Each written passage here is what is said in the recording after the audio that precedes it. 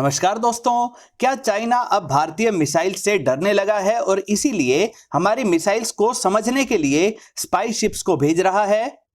Russia ने हमेशा मुश्किल समय में भारत का साथ दिया है, फिर क्यों इस बार जब रशिया को जरूरत पड़ी है तो क्या वजह है कि भारत अपनी ब्रह्मोस मिसाइल्स को रशिया को नहीं दे रहा है? इन्हीं सवालों के जवाब जानेंगे इस वीडियो में। नमस्कार दोस्तों, मेरा नाम है अमित और मैं स्वागत करता हूं आपका अमित अपडेट्स चैनल पर। तो चलिए दोस्तों शुरू करते हैं। रेखा बंसल जी का सवाल है कि चाइना का स्पाई शिप इंडियन मिसाइल्स को ट्रैक करने आया है, भारत ने इसे आने ही क्यों दिया? इसकी प्रेजेंस से हमें क्या नुकसान हो सकता है? देखिए, चाइना अक्सर बॉर्डर संबंधी इश्यूज को लेकर भारत के साथ टकराव रखने की कोशिश करता है, फिर चाहे मामला डोकलाम का हो, लद्दाख का हो या नॉर्थ ईस्ट में अरुणाचल प्रदेश का हो। पहले डोकलाम में और उसके बाद लद्दाख में जिस तरह से भारतीय सेना ने चाइना को मुंहतोड़ जवाब दिया और जिस तरह से भारत चाइना के साथ लड़ाई के लिए तैयार दिखा, उससे चाइना हैरान है और परेशान है। इसीलिए अब चाइना भारत की फायर पावर यानी मिसाइल्स की टेक्निकल डिटेल्स, उनकी रेंज, पेलोड कैपेसिटी, उनकी ट्रेजेक्ट्री किस एल्टीट्यूड तक जाती है, लोअर एटमॉस्फेयर में री एंट्री के पैरामीटर्स आदि को डिटेल में समझना चाहता है ताकि इन इंडियन मिसाइल्स का तोड़ निकाल सके। भारत के पास शॉर्ट रेंज यानी 500 से 700 किलोमीटर तक की रेंज वाली पृथ्वी, धनुष, शौर्य और प्रहार सीरीज की मिसाइल्स हैं जो ट्रेडिशनल के साथ साथ न्यूक्लियर पेलोड ले जाने लायक भी बनाई गई हैं। शॉर्ट रेंज की ये मिसाइल्स चाइना की मिलिट्री को भारत में घुसने से रोक सकती हैं। दोस्तों, ये मिसाइल्स पाकिस्तान के लिए ऑफेंसिव स्ट्रेटेजी के तहत काम कर सकती हैं क्योंकि पाकिस्तान का एरिया काफी कम है, लेकिन ये चाइना की मेन सिटीज तक नहीं जा सकती हैं। हाँ, ये जरूर है कि ये चाइनीज मिलिट्री को भारत में घुसने से रोक सकती हैं। इसीलिए ये शॉर्ट रेंज की मिसाइल्स चाइना के खिलाफ ऑफेंसिव नहीं बल्कि डिफेंसिव स्ट्रेटेजी के तहत इस्तेमाल की जा सकती हैं। देखिए, अगर चाइना वास्तव में भारत पर अटैक करता है तो वो अटैक लद्दाख की तरफ से ऊंचे हिमालयंस के ऊपर से नहीं होगा, बल्कि वो होगा इंडियन ओशन और बंगाल की खाड़ी की तरफ से। यानी चाइना अपनी बड़ी और पावरफुल नेवी के साथ इंडियन ओशन में भारत पर अटैक कर सकता है, वही उसकी असली ताकत है। चाइना को बिल्कुल उम्मीद नहीं थी कि भारत इतनी जल्दी मिसाइल टेक्नोलॉजी में इतना आगे आ जाएगा। चाइना को यह भी समझ आ गया है कि वह भारत की तैयारी को हल्के में लेने की गलती नहीं कर सकता है। इसीलिए चाइना अब भारत की ऑफेंसिव स्ट्रेटेजी वाली मिसाइल्स के बारे में हर छोटी से छोटी डिटेल को जानने के लिए बेचैन है। चाइना के खिलाफ ऑफेंसिव स्ट्रेटेजी के लिए भारत के पास 3 मेन मिसाइल्स कैटेगरीज हैं। अग्नि सीरीज की मिसाइल्स जो 6000 किलोमीटर तक जाकर न्यूक्लियर अटैक कर सकती हैं। सबमरीन से लॉन्च किए जाने लायक K4 और K5 मिसाइल्स जो 3500 किलोमीटर से लेकर 5000 किलोमीटर तक न्यूक्लियर पेलोड को ले जा सकती हैं। तीसरी और सबसे खास है अग्नि प्राइम मिसाइल, जिसे खास तौर पर चाइनीज एयरक्राफ्ट कैरियर्स को डिस्ट्रॉय करने के मकसद से ही तैयार किया गया है। इस कैरियर किलर मिसाइल की एक्यूरेसी बहुत अच्छी है और इसकी रेंज 2000 किलोमीटर तक है। इन मिसाइल्स को सटीक तरीके से अपने टारगेट तक पहुंचने के लिए एक खास ट्रैकिंग मैकेनिज्म को फॉलो करना पड़ता है, जिसमें ग्राउंड बेस्ड रडार्स होते हैं, आसमान में सैटेलाइट्स हैं और ड्रोन्स की भी सहायता ली जाती है। तो जब तक चाइना इन 3 तरह की मिसाइल्स को रोकने का कोई मैकेनिज्म तैयार नहीं कर लेता है, इनकी डिटेल्स को समझकर अच्छे एयर डिफेंस सिस्टम्स को तैयार करके सही जगह पर तैनात नहीं कर लेता है, तब तक चाइना भारत पर ना ही अटैक कर सकता है और ना ही भारत को किसी चीज के लिए प्रेशराइज कर सकता है। भारत की इसी ऑफेंसिव स्ट्रेटेजी का तोड़ निकालने के लिए ही missiles and satellite tracking ship Indian Ocean में भेजे जाते हैं। कुछ दिन पहले भी इसी तरह का एक चाइनीज स्पाई शिप श्रीलंका के पोर्ट पर आया था ताकि भारत की मिसाइल्स की टेस्टिंग को अच्छे से एनालाइज कर सके। जब भी कभी भारत 700 किलोमीटर से ज्यादा की रेंज की नो टाइम वार्निंग इशू करता है तो चाइनीज डिफेंस एक्सपर्ट्स के कान खड़े हो जाते हैं और वो तुरंत अपने मिसाइल ट्रैकिंग शिप को इंडियन ओशन में भेज देते हैं। इस बार भी भारत ने 10th और 11th नवंबर के लिए 2200 किलोमीटर की नो फ्लाई जोन की वार्निंग बे ऑफ बंगाल में जारी की है। ज्यादा पॉसिबिलिटी इस बार न्यूक्लियर पावर्ड सबमरीन अरिहंत से K4 मिसाइल की लॉन्चिंग की है। अब सवाल उठता है कि भारत ऐसे चाइनीज ट्रैकिंग शिप्स को क्या इंडियन ओशन में आने से रोक नहीं सकता है ताकि इंडियन मिसाइल्स की सीक्रेसी बनी रहे? तो जवाब है नहीं।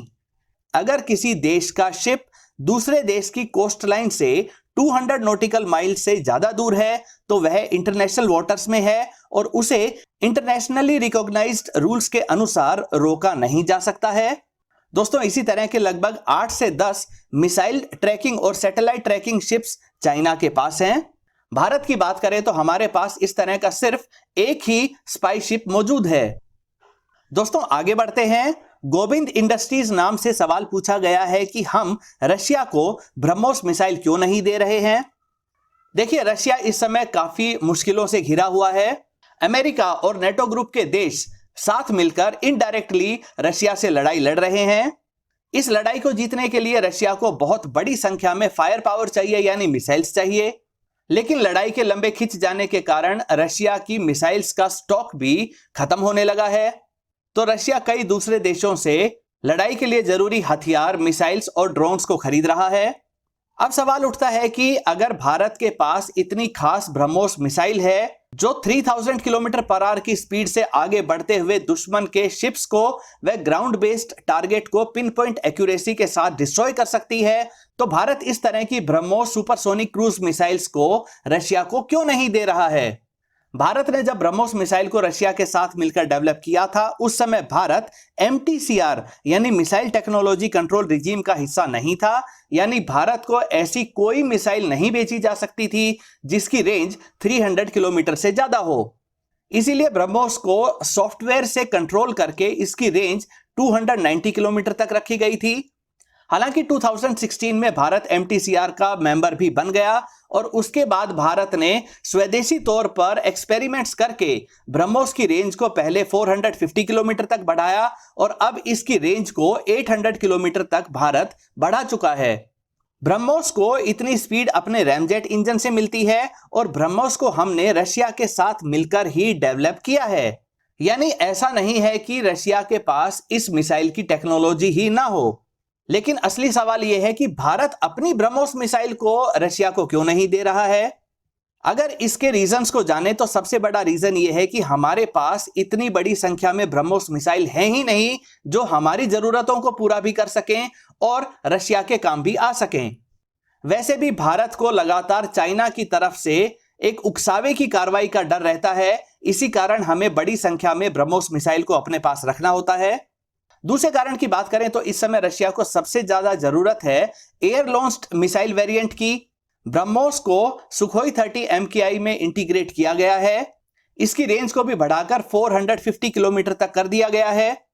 अगर भारत बड़ी संख्या में इन मिसाइल्स को बनाकर रशिया को देता भी है तो रशिया उन्हें अपने फाइटर जेट में नहीं लगा पाएगा, क्योंकि उन्होंने अपने सुखोई 30 में इस तरह के चेंजेस नहीं किए गए हैं जिससे वो इतनी हैवी मिसाइल को कैरी कर सकें। तीसरे और सबसे बड़े रीजन की बात करें तो रशिया के पास ब्रह्मोस से भी ज्यादा रेंज की इसी तरह की सुपरसोनिक क्रूज मिसाइल पहले से है। P-800 ओनिक्स या याकुंत नाम से यह मिसाइल उनके पास मौजूद है जिसकी रेंज 800 किलोमीटर तक है। जब उनके पास ज्यादा रेंज की मिसाइल पहले ही मौजूद है तो वो उससे कम रेंज वाली ब्रह्मोस मिसाइल को लेकर क्या करेंगे? इसके अलावा एक बड़ा कारण यह भी है कि ब्रह्मोस काफी एक्सपेंसिव मिसाइल है। इसे खास तौर पर दुश्मन के हाई वैल्यू टारगेट्स को डिस्ट्रॉय करने के लिए ही बनाया गया है। इसकी सुपरसोनिक स्पीड और मैन्यूवर्स करते हुए बेहद कम ऊंचाई पर उड़ने की काबिलियत के कारण ही एयर डिफेंस सिस्टम इसको नहीं रोक पाते हैं। पाकिस्तान ने भी चाइना से कई तरह के एयर डिफेंस सिस्टम ले रखे हैं, लेकिन पिछले दिनों जब एक्सीडेंटली एक बिना पेलोड वाली ब्रह्मोस मिसाइल पाकिस्तान की तरफ लॉन्च हो गई थी तो उसे भी वहां मौजूद किसी भी तरह का एयर डिफेंस सिस्टम नहीं रोक पाया था।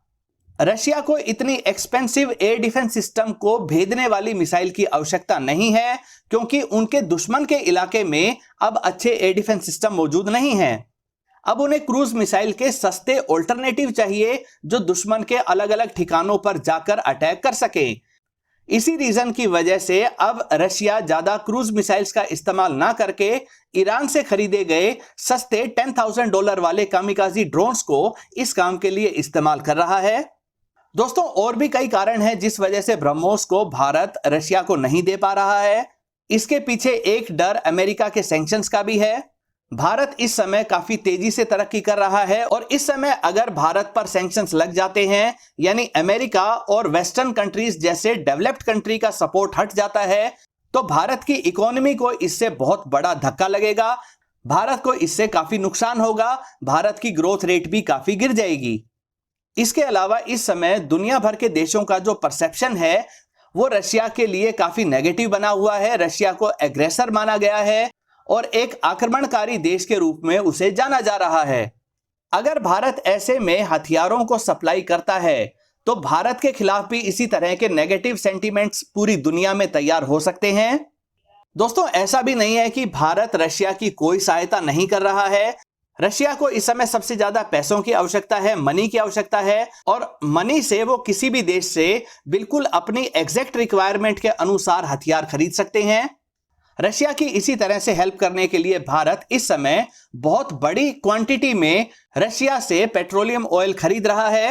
हालांकि अमेरिका बार बार भारत को ऐसा ना करने की चेतावनी भी देता रहता है। अगर भारत की इस तरह की हेल्प से रशिया की इकोनॉमी बनी रहती है तो उन्हें किसी देश से मिसाइल खरीदने की आवश्यकता ही नहीं पड़ेगी। वो बड़ी संख्या में मिसाइल्स को अपने देश में ही मैन्युफैक्चर कर सकेंगे। दोस्तों, ये थे आपके कुछ सवाल जिनके सटीक फैक्ट बेस्ड जवाब तलाशने के लिए मैंने जितना हो सका उतनी रिसर्च की। उम्मीद करता हूं आपको आपके सवालों के जवाब मिल गए होंगे। अगर यह वीडियो आपको अच्छी लगे तो इसे लाइक करें, दोस्तों के साथ शेयर करें और चैनल को सब्सक्राइब करना ना भूलें। नमस्कार।